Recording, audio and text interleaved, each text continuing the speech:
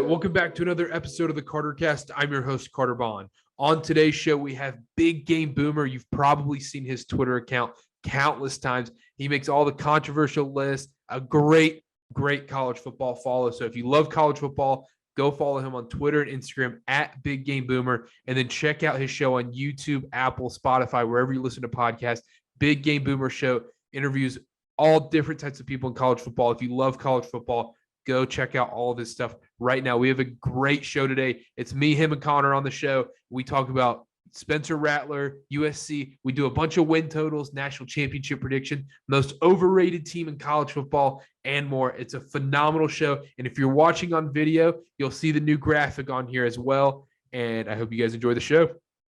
But before we get into today's show, we are brought to you by Pod Talk. Pod Talk is the best way to listen to podcasts. It has the best interface compared to every other podcast listening app out there. I use Pod Talk myself.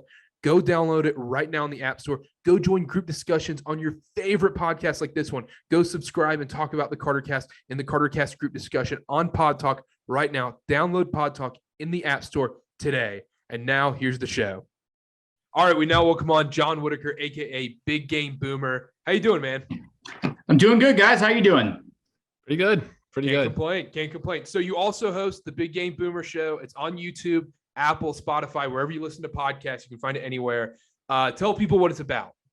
Yeah, so I started this podcast, 4 or 5 months ago, and it's a national college football podcast. We basically cover the entire landscape of college football. I mean, I had a BYU show this afternoon, did a South Carolina show earlier this morning, all kinds of stuff. We've had players, coaches, media personalities, all kinds of stuff. And we're just really cranking up here, trying to do some, podcast every day, really.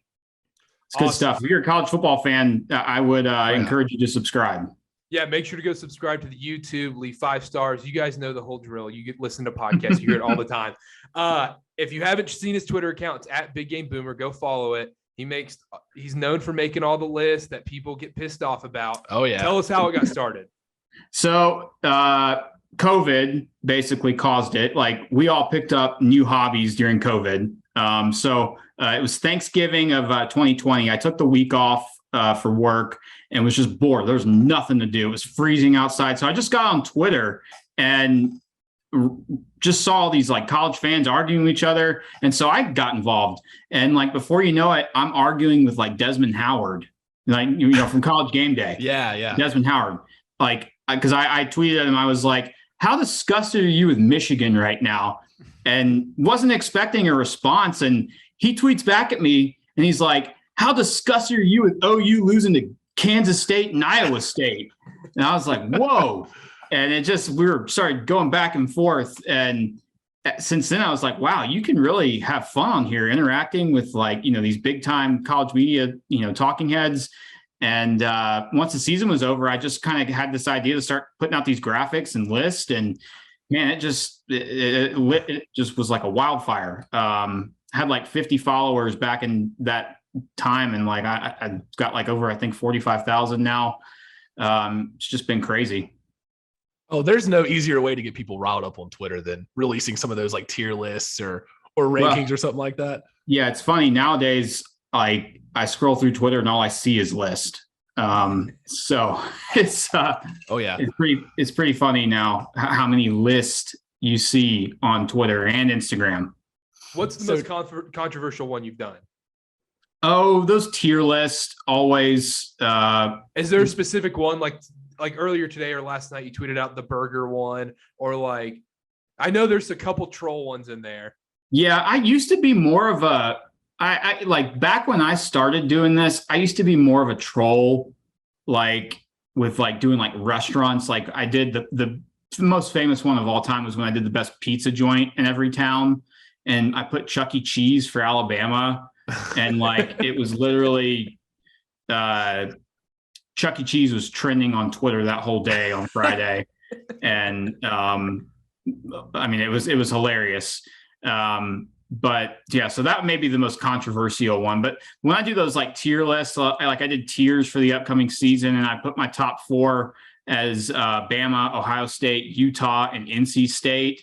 and like Georgia fans were just coming at me and just getting all riled up.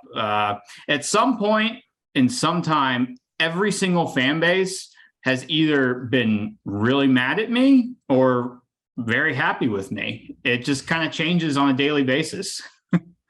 So where do you see, you're big on Twitter now, you got the podcast going. Where do you see this going? Or what's like your ultimate, maybe not end goal, but maybe like the next step or where you want to see this go?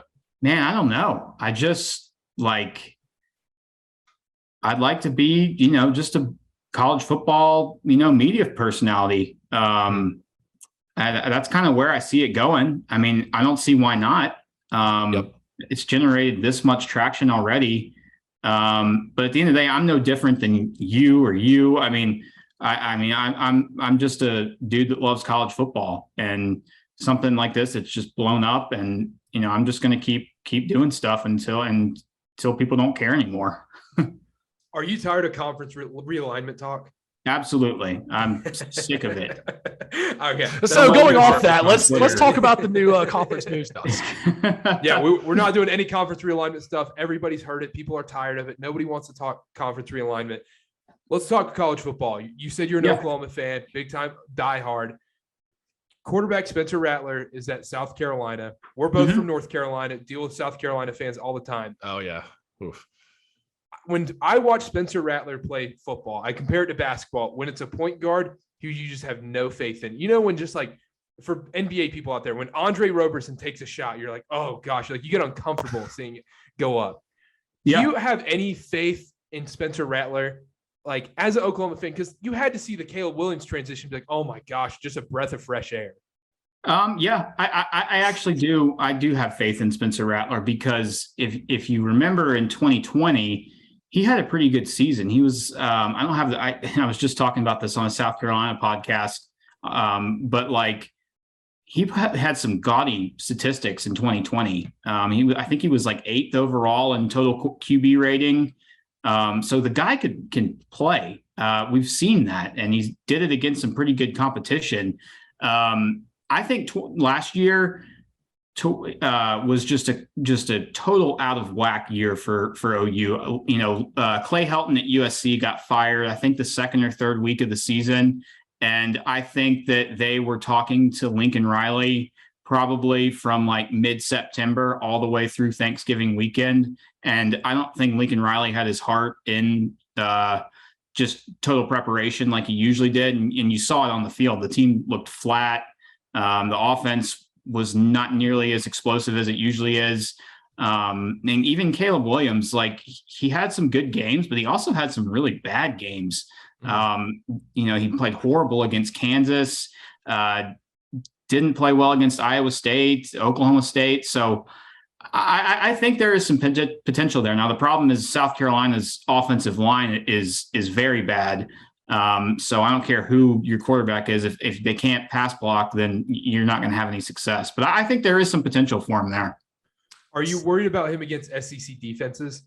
A little bit. Yeah. Like I said, the offensive line, I mean, I watched because the OU's offensive line struggled a ton last year. I was at the OU West Virginia game, and that defensive line for West Virginia was in the backfield a millisecond after Rattler got the snap. So, it'll be interesting to see him going up against like Georgia in week 3. We'll find out what he's made of then.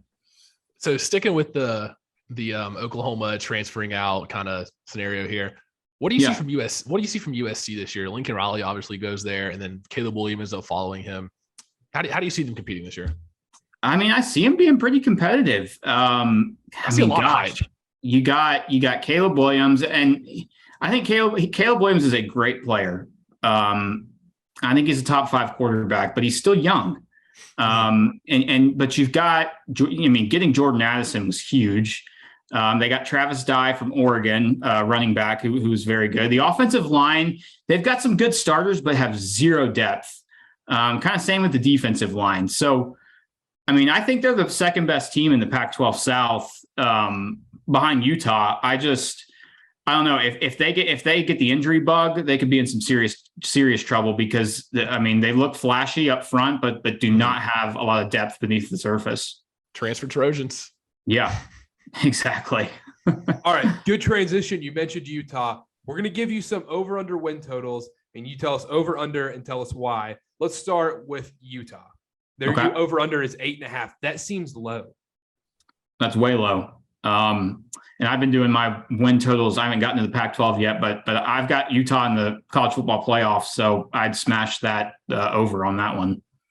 All right, I'll go next. Oh, sorry. Go ahead, Carter. Well, also, one thing is because people say, oh, he's wearing a BYU shirt. He's a BYU fan. He hates Utah. BYU? I don't know. This is No, me. Oh, you? Oh. Yeah, sorry about that. Yeah. No, I'll talk about No, that's the thing. Like, I don't really have this like pure hatred for Utah like most people do because I didn't grow up in Utah. Like Utah Utes are like the most irrelevant thing in my life. Yeah. And so, but if you're looking at it from an unbiased perspective, 8.5 seems like the lock, especially if they win week 1 against Florida. That's the most important game of the season because if they don't win that game, then a Pac-12 team probably does not make the college football playoff again. So huge game in the Swamp week 1. So I'll go next year. I'm going to transition to the ACC a little bit. Okay. What about Pittsburgh? Because I see they're at 8.5, and I feel like personally they've lost too much for me to feel comfortable going over 8.5. What do you think? We did our ACC Coastal win totals last week. I had Pitt at 10-2, losing to Miami and then losing to Tennessee. But they lose Jordan Addison. Yes, they lose Kenny Pickett. They return that whole defense, which was a pretty good defense. And they also return the entire offensive line, which was I believe they were maybe a semifinalist for the Joe Moore Award.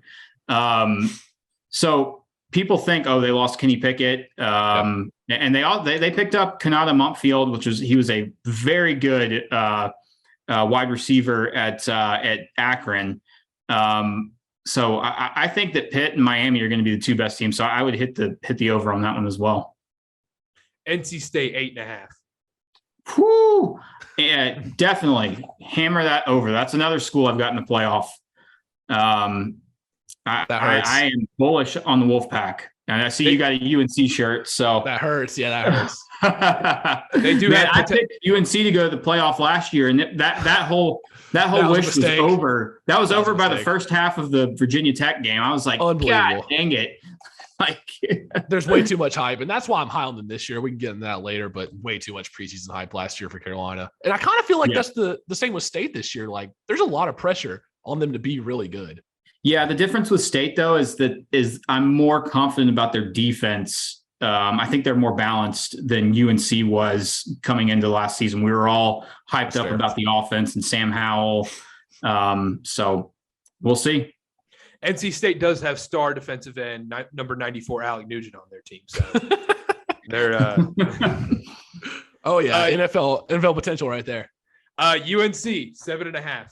Yeah, this is the one I wanted to get Connor, to. you go while he's taking a sip. All right, so 7.5 for me. I was looking at the schedule, and this might be biased. I got UNC at 8-4 this year. I think they beat State last game of the season. I think they're due after last year's fiasco. We had before you get into your, because I believe you're going under. Connor believes UNC will whoop App State week 2. I don't think whoop, but I don't think there's any way we lose. I think App State wins that game. I think that there is potential where App State is potentially favored in that game at home. If we lose to App State, Mac Brown needs to leave. I've got App State winning that game. Honestly, thank you. I've got UNC at 6-6, going 4-4 in the ACC. I just don't know about their quarterback. I know Phil Longo is always going to have a pretty good offense. But they got to get things straightened out in the secondary. I know Storm Duck and that Grimes kid are pretty good. I don't know. This is, we have everyone has hot takes. My hot take is that Mac Brown retires at the end of the season. That is just because I think that he'll just be he's done with it. That's kind of my sense. Didn't he buy like an $8.5 million beach house on the coast of North Carolina? Just bought it. Yeah. That's what makes me think that as well. But back to the secondary, Storm Duck is very injury prone. You saw it last year. Yeah. But Gene he was injured a lot. Gene Chizik coming in to coach the defense. Do you think that makes a huge difference, or you think it's more of the same? It'll be interesting to see for sure. I mean, Chizik does a good job. I think they'll definitely be better. I don't know if it's good enough because I don't think their offense is going to be as explosive. The only reason I would say Mac Brown might not retire after this year is because they've been tearing it up on the recruiting trail, it seems like. And I feel like he'd want to stay to kind of, reap some of the rewards, but he just bought that huge house. It's probably about that time. So yeah, he's got to be pushing 75, 76. I mean, if I was that old, I'd be hanging out with my grandkids and, at the beach, spending as much time as I can with family. But, to each their own. BYU over under 8. Gosh, 8 is a hard number because at 7.5, you love it. 8.5, you're going under. It seems like hard schedules. It's a really hard schedule. They play 5 Power 5 schools. Baylor, Notre Dame, Arkansas.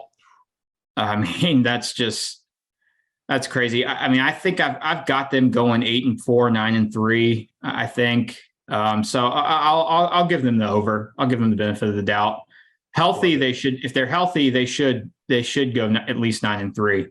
Yep, that's the whole thing. Jaron Hall is super injury prone, and you can never bank on him staying healthy for a full season. Let's do the heavy hitters. Clemson 10.5. Under. Yes. Yeah. If DJ plays like he did last year, which I think he will, there's no way they're winning more than 10 games. I think the ACC is, not underrated, but I was looking at Clemson's schedule. There's 4 potential losses I see, and I think they lose 2 of 4 of Wake, State, Miami, Notre Dame. I think they lose 2 of those 4 and go under 12. Yeah, I've got them at 9-3, and I think they lose to NC State. I could see them losing at Boston College or at Florida State. Those games are tricky. But we'll know in the first half. They play Georgia Tech. If that game is 12-7 in the third quarter and Clemson's just struggling, can't move the ball, that's when you'll know that the offense really hasn't gotten any better. Yeah. All right, Georgia 11.5. So that means they basically have to go undefeated. Yeah, it's like minus 195 that it's under. Yeah, I'm taking the under just because I don't think. They've got 5 stars stacked on 5 stars. Kirby's done a great job recruiting. I think they slip up at one game in conference play. It could be Mississippi State, Kentucky, Tennessee, even maybe South Carolina. I think they slip up and go 11-1 and then lose in the SEC championship to Bama. So sticking with the same theme of the heavy hitters, what about Alabama? I think they're also, Carter, correct me if I'm wrong, 11.5. Yep. I don't see this Alabama team losing, honestly. It's fair. They play now. Tennessee is a team that it's attractive team to pick to upset Bama. They play at Neyland Stadium. I'm thinking so they've got Auburn at home.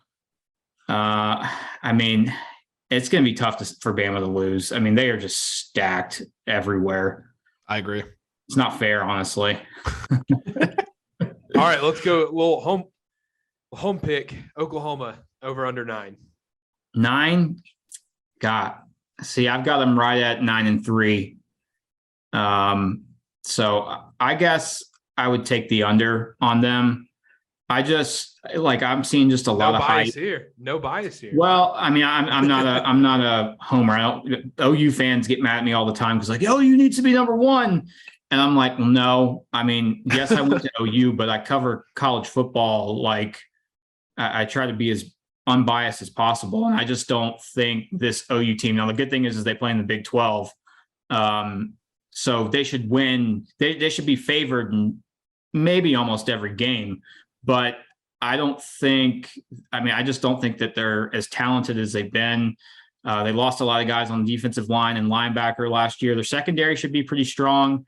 But, I think 9-3, 8-4 is kind of what you're seeing. So I guess I'd put the over. I'm a pessimistic fan. Do they beat Texas this year? Oh, I was about to go that route. That game every year is just like, it doesn't matter how good or how bad a team is. It's always just a straight crapshoot. Yes, because I'm picking them to beat Texas just because I can't pick Texas. And Texas is 8.5. Yeah. Is Texas football back now? Arch Manning? Over. Arch Manning coming in? Are they back? Is the program back? Supposedly. I mean, they've been back for the last decade. You can see the disgust on his face if you're watching this on YouTube right now. Oh my gosh. Well, they have great skill players. I mean, because you want to say over so bad, but it's just everything against what you believe. Yeah. But I mean, they have great skill players every year. So I'm taking the under. That's fair. With a loss to Kansas. Lost to Kansas. There we go. Last one, Ohio State, 11.5. Gosh, see that's another one where it's like they do have a very tough schedule. I mean, the Big Ten East is solid. And they got to play Wisconsin. I don't think they go undefeated. It's so hard to go undefeated in college football. I mean, it really is. So I'm going to say they go 11-1 and take the under because you can't. It's so hard definitely from a coaching perspective to get your players to show up. That mentally focused for every single game. They'll get a game where they show up flat and could potentially lose one. I just feel like it's so hard to bet on a college football team, especially in this day and age, to like go undefeated and literally not slip up 1 week. I feel like that's just not worth the potential money you're getting there. I don't know. Yeah, I mean, Bama's really the only team I think that I would feel safe putting money on going undefeated because Ohio State's got defensive issues. I mean, offense is probably the best in the country, but I mean, their secondary was pretty bad last year. All right. Do you have a favorite win total over under? Was it NC State? Yeah. What was NC State 8.5? Yeah. 8.5. I think they'll go way over that. For sure. All Do right. you actually, so you said you have them you said the college football playoff? Yeah. I got them in the playoff. Oh man. That is tough. I had Cole Kublik on my podcast and he kind of said the same thing. They're the most balanced team in the ACC. You look at Wake Forest, great offense, bad defense. Clemson, great defense, bad offense. NC State, balanced. And that's true. Yeah, so that's kind of that's the way I'm looking at it. I did watch you did the over-unders win totals in the ACC. You and your brother were talking about NC State, but you made a great point it's going to be that one Thursday night against Virginia Tech in October when the college football rankings come out and all of a sudden NC State has real pressure on them. And NC State can't handle pressure, especially being a college basketball fan. Oh yeah. I mean, they could be like 11-0 going into that last week going into Chapel Hill to play UNC, and I could see them losing to UNC like a 6-6 UNC team easily. All right, that's not the craziest thing in the world. Yeah, no, it's not. Last couple questions: most overrated team in college football going into this year.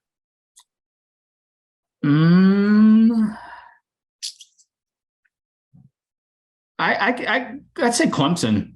I think Clemson's overrated. They've got a good defense, but just seeing that people saying, "Hey, they're in the college football playoff," blah blah blah. I'm just sick of hearing the Clemson hype. I mean, they weren't that great last year. I agree. All right, let's close here. Is the national title game going to be Bama versus Ohio State? Absolutely. Is that a lock? Yeah, lock. And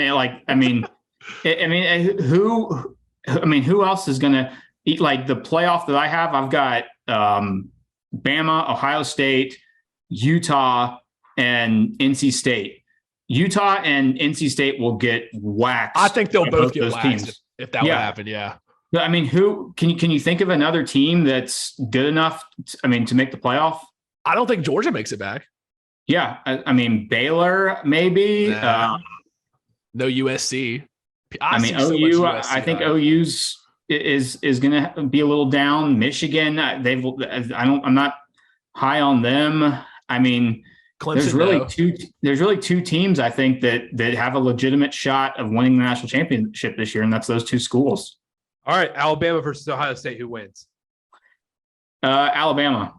Yeah, because they've got Will Anderson plus mean, on that defensive side, and Ohio State does not have that type of athlete on the defensive side of the ball. Will Anderson, if he has like over 20 sacks this year, he better win the Heisman for sure. All right. Theoretically, if I were to place, let's say $100 each on Alabama at plus 150 to win the national title, and then Ohio State at plus 250 as well to win the national title, am I guaranteed to win at least $50? Yeah, I would say so. Is that a good bet? Yeah. I mean, yeah. I don't see why not. Lock it in. Yeah. Alabama's due. I think Alabama's due. They're on the redemption tour, man. I mean, this team is going to be ticked off. Watch out for you don't want to play an angry Nick Saban team. Gosh, you know, angry Nick Saban's been in the news a lot lately. Yeah, exactly. Awesome. Well, hey, man, thanks for coming on. We won't take too much more of your time. Make sure to check out the Big Game Boomer Show on YouTube. Go subscribe to the YouTube channel. Go listen to it on Apple, Spotify, wherever you listen to your podcast, and follow on Twitter and Instagram at Big Game Boomer. Thanks again for coming on, man. Yeah, no, I appreciate you guys.